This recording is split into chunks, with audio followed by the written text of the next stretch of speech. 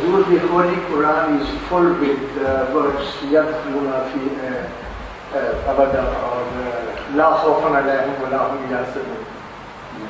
And abada we interpret people who are destined to go to Jahannam means a longer period. For people, for general, we say ever and forever. But Hazrat Masih Maud alayhi salatu wasalam in one of his book has said, a time will come when the entire setup will be completely destroyed. Is this not a contradiction of God's promise which He made Khalidina fiha abada, the Jannatis, and His subsequent action? And if I am right in my interpretation, does it mean that God will destroy Hazrat Muhammad Mustafa sallallahu alaihi wasallam? Hazrat Islam has never mentioned this. Never in one place, in any place.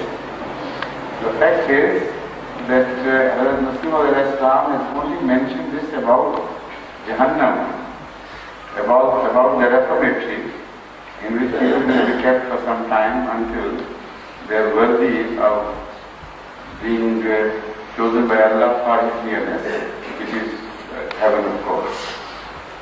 So that will be destroyed, that machinery, because there will be no one left ultimately. So I think you must have misunderstood him completely. And you finally find out the passage and show me again, will you?